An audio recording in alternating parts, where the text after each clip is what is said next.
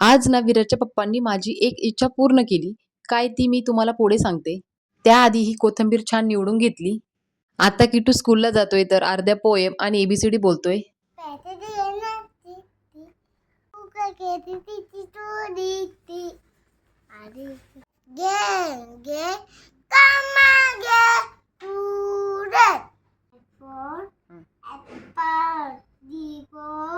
Elephant. D for ball. D for bat. R. D for dog. आणि ती इच्छा म्हणजे विराजच्या पप्पांनी आज खास आमच्यासाठी अख्खा मसूरची भाजी बनवली होती.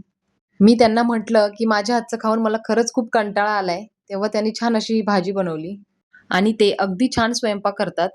त्यानंतर मी एक भाकरी बनवली आणि असं जेवण केलं. व्हिडिओ आवडला तर सबस्क्राईब करा. धन्यवाद.